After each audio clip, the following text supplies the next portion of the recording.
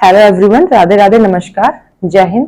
तो चलिए आज का टॉपिक हम लोग स्टार्ट करते हैं। तो हमारा टॉपिक चल रहा था अकबर के समय के हम समकालीन कुछ चित्रकारों के बारे में आपसे डिस्कस कर रहे थे। तो आज जो हम लोग डिस्कस करेंगे उसमें कुछ चित्रकार जैसे मिस्किन के बारे में, फारूक वेग और जगन्नाथ सावलदास के बारे में डिस्कस करेंगे। साथ ही इसमें हम लोग यहीं पे हम लोग और भी अन्य चित्रकार हैं जैसे रामदास, इनके बारे में हम आपसे चर्चा करेंगे।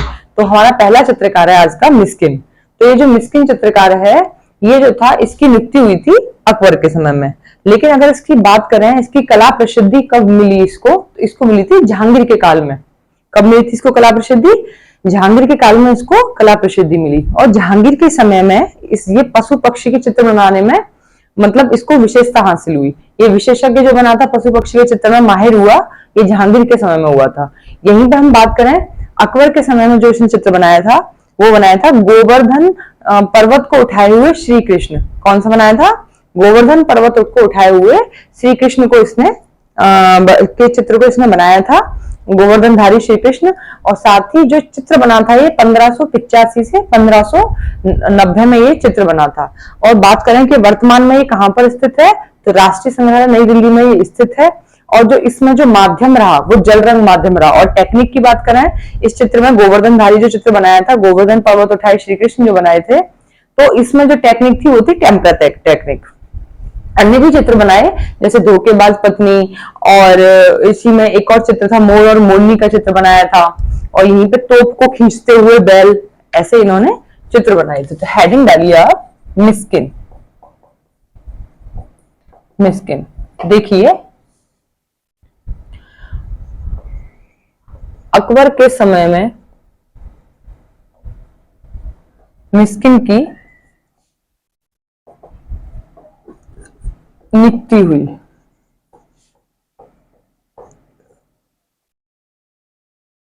बात करें कला प्रसिद्धि की, कला प्रसिद्धि मिली इसको जहांगीर के काल में। जहांगीर के काल में कला प्रसिद्धि कब मिली थी? कला प्रसिद्धि जो मिली थी ये मिली थी जहांगीर के काल में। और जहांगीर के काल में जो ये विशेषज्ञ था, ये था, इसकी विशेषज्ञ की बात करें किसमें था ये, तो देखिए पशु पक्षी चित्रण में था। ये पशु पक्षी के चित्रण में ये क्या था? विशेषज्ञ था। पशु पक्षी के चित्रण में ये विशेषज्ञ था। यहीं पे बात करते हैं अकबर के समय में बना चित्र। अकबर के समय में बना चित्र, तो देखिए अकबर के समय में जो बना चित्र था वो था गोवर्धन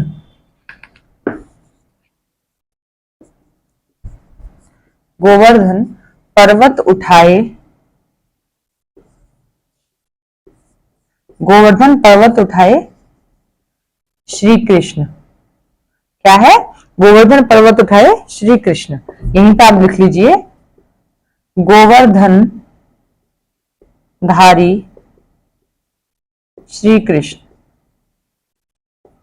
ठीक है, गोवर्धनधारी इसी में आ जाएगा श्री कृष्ण। तो ये जो चित्र बना था इसका समय लिख लीजिए। इस चित्र का समय है 1585 से 1590 में ये चित्र बना था। 1585 से 1590 में ये चित्र बना था।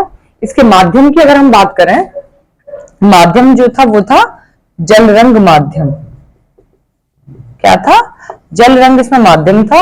और देखिए टेक्निक जो थी वो थी टेम्परा तकनीक। टेम्परा तकनीक इसमें थी। और इसमें हम बात करें कि ये जो चित्र है ये वर्तमान में कहां पर स्थित है, तो राष्ट्रीय संग्रहालय नई दिल्ली में ये वर्तमान में स्थित है। देखिए वर्तमान में राष्ट्रीय संग्रहालय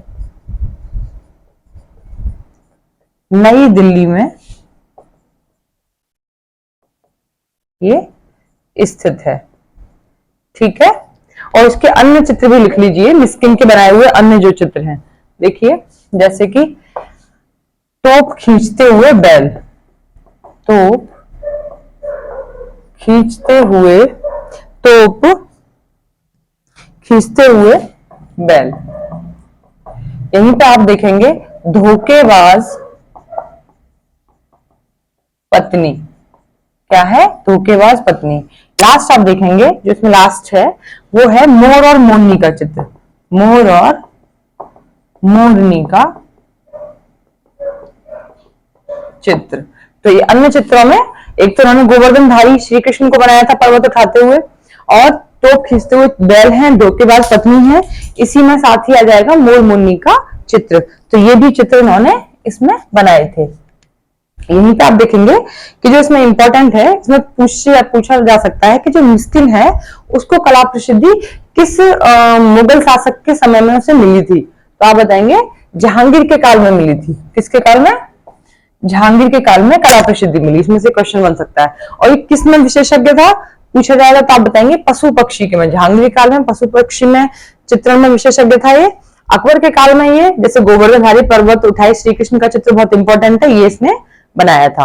तो ये हो गया मिस्किन के बारे में। नेक्स्ट जो इसमें जो चित्रकार या जो कलाकार है, नेक्स्ट जो चित्रकार है वो है फारूक वेग। तो हेडिंग डालिए फारूक वेग।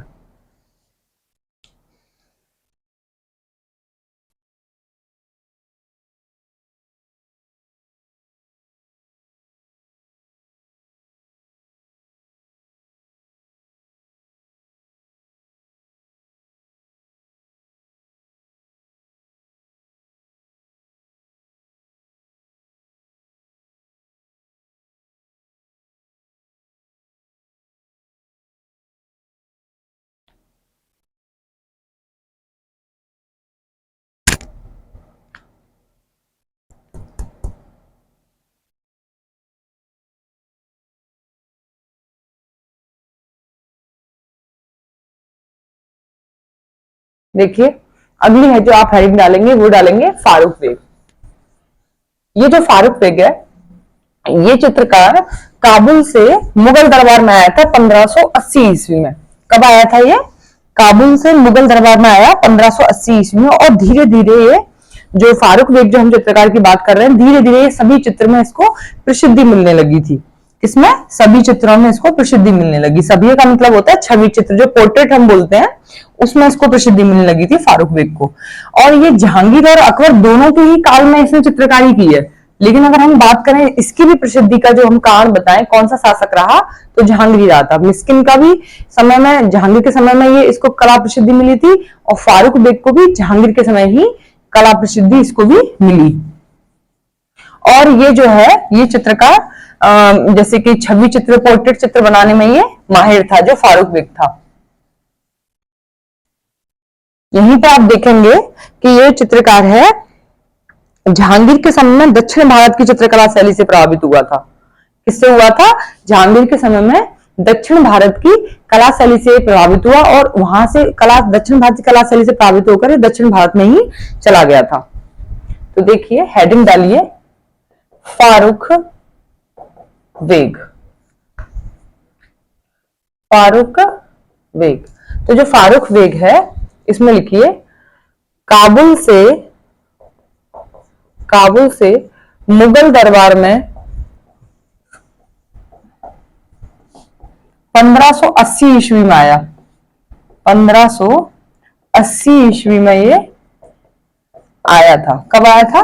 फारूक बेग काबुल से मुगल दरबार में 1580 ईस्वी में आया, और धीरे धीरे इसे सभी चित्र में भी प्रसिद्धि मिलने लगी। लिखिए धीरे धीरे इसे सभी चित्रों में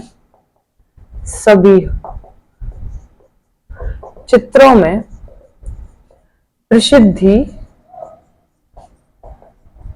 मिलने लगी। सभी का मतलब हमने आपको बताया था पोर्ट्रेट बोलते हैं। क्या बोलते हैं? पोर्ट्रेट। ठीक है, क्या बोलते हैं इसको? पोर्ट्रेट बोलते हैं सभी को। तो सभी चित्रों में से प्रसिद्धि मिलने लगी का इन्हीं पर लिखेंगे फारूक वेग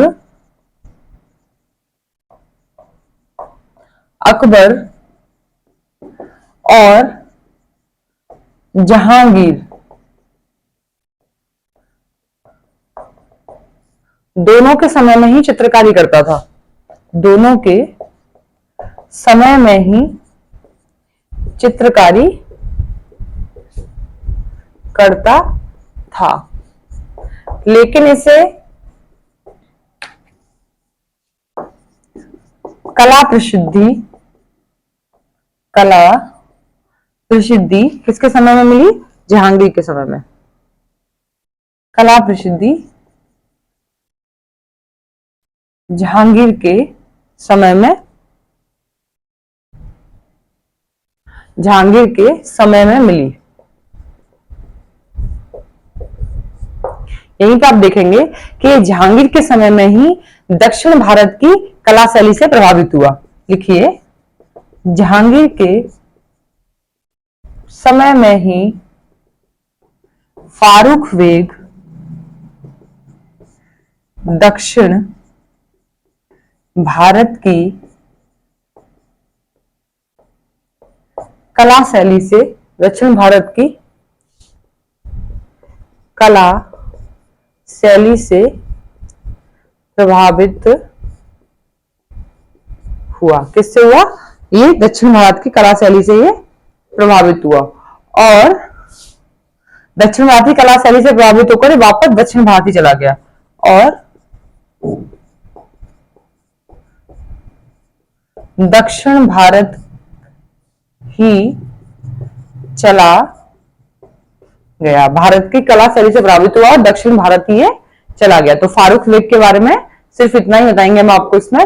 नेक्स्ट आप लिखेंगे जगन्नाथ चित्रकार हैं, तो उनके बारे में लिखेंगे। क्या लिखेंगे?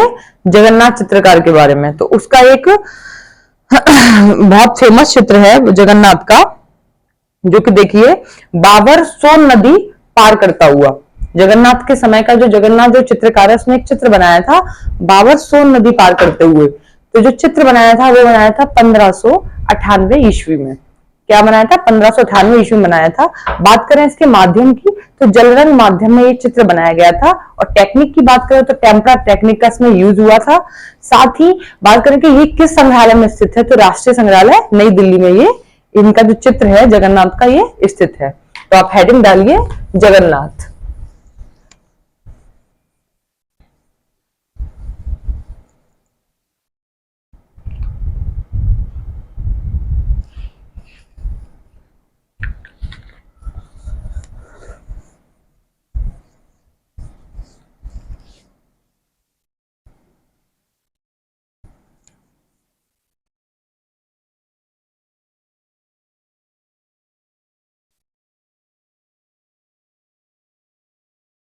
चलिए अगली हेडिंग डालिए जगन्नाथ। तो ये जो जगन्नाथ है, इसका जो प्रमुख चित्र है उससे नोट कीजिए। जगन्नाथ का प्रमुख चित्र है बाबर सोन नदी पार करते हुए। बाबर सोन नदी पार करते हुए। यहीं पे आप देखेंगे कि ये जो चित्र बना है किस सन में बना। देखिए 1598 ईस्वी में ये चित्र बना। माध्यम की अगर आप बात करें इस चित्र के माध्यम की, तो माध्यम है जल रंग, जल रंग माध्यम। यहीं पे आप देखेंगे क्या माध्यम है, इसमें माध्यम है जल रंग माध्यम। टेक्निक की बात करें तो टेम्परा, टेम्परा इसमें तकनीक है। और ये जो चित्र है ये कहां पर ये जो है मतलब स्थित है वर्तमान में, वर्तमान में राष्ट्रीय संग्रहालय नई दिल्ली में ये स्थित है। ठीक है, अगला आप देखेंगे चित्रकार के बारे में, सावल दास के बारे में। तो देखिए सावल दास ने चित्र बनाया था, भावपूर्ण चित्र बनाया सरनाल का युद्ध। किसका बनाया था? सरनाल का युद्ध बनाया। जो अकबर जो है अपने, हमने आपको लास्ट क्लास में बताया था जब अकबर के बारे में हमने चर्चा की थी कि जब अकबर जो है अपने द्रुतगामी गुजरात के अभियान पर गया था तो अपने साथ 3 चित्रकारों को ले गया था, तारानाथ, जगन्नाथ और सावल दास को। तो वहीं पर सावल दास ने 1573 ईस्वी में, 1573 ईस्वी में उसने जो चित्र बनाया था सरनाल का युद्ध, जो कि भावपूर्ण चित्र उसने बनाया था। तो उसके समय का ये फेमस चित्र है, तो इसे भी आप नोट कर लीजिए, सरनाल उसका सावल दास का।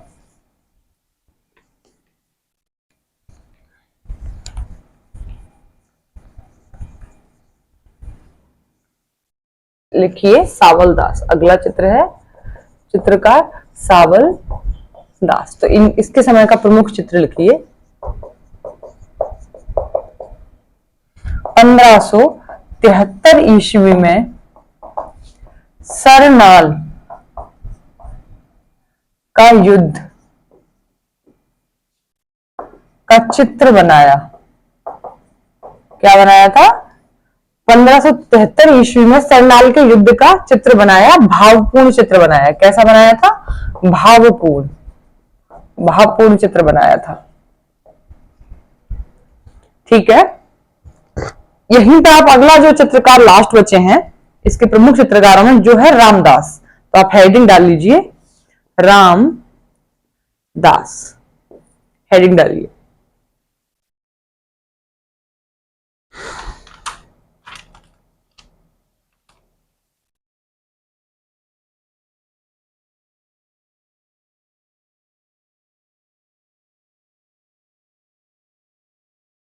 देखिए रामदास का जो फेमस चित्र है वो है सलीम का जन्मोत्सव। क्या है? सलीम का जन्मोत्सव। यहीं पे हम बात करें जो कि आईने अकबरी और अकबरनामा, आईने अकबरी में, और यहीं पे हम बात करें अकबरनामा का सर्वश्रेष्ठ चित्र है ये सलीम का जन्मोत्सव। और ये जो चित्र है 6 तल में, 6 तल हैं, 6 तलों में ये विभाजित है। तो हम एक एक तल के बारे में बात करेंगे कि उसमें कौन कौन सा चित्र है। तो यहीं पे आप हेडिंग डालिए रामदास। तो इसके समय का जो प्रमुख चित्र है उसे नोट कीजिए, सलीम का जन्मोत्सव, सलीम का जन्मोत्सव। तो इसमें आप नोट कीजिए जो कि इंपॉर्टेंट है, यह चित्र आईने अकबरी एवं अकबरनामा का, आईने अकबरी और अकबरनामा का सर्वश्रेष्ठ चित्र है। क्या है? सर्वश्रेष्ठ ये चित्र है। जन्मोत्सव, सलीम का जन्मोत्सव। कौन सा चित्र है? सलीम का जन्मोत्सव। और ये चित्र 6 तलों में विभाजित है। लिखिए ये चित्र 6 तलों में विभाजित है। यहीं पे आप देखेंगे पहला चित्र,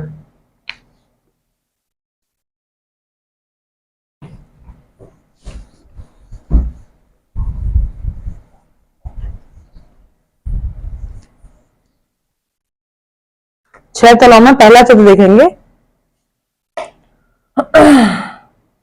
पहला तल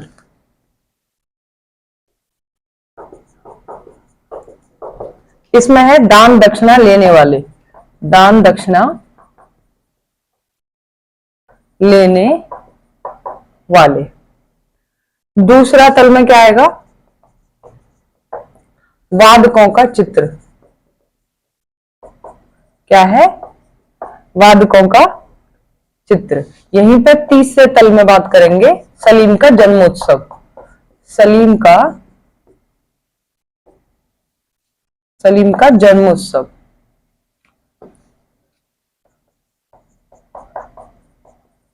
क्या करेंगे? सलीम का जन्मोत्सव।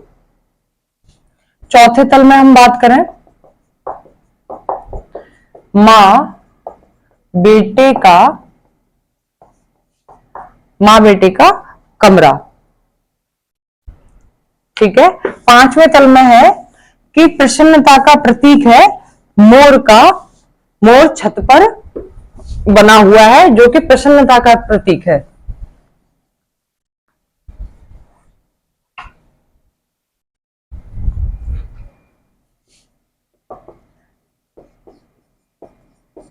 पांचवें तल में देखें प्रसन्नता का प्रतीक, प्रसन्नता का प्रतीक मोर छत पर बना है, मोर छत पर बना है। ठीक है, तो ये पांचवा तल हो गया। पांचवें तल में क्या है? प्रसन्नता का प्रतीक मोर छत पर बना है। छठा तल देखिए, छठे तल में आएगा क्षितिज या फिर आसमान। क्षितिज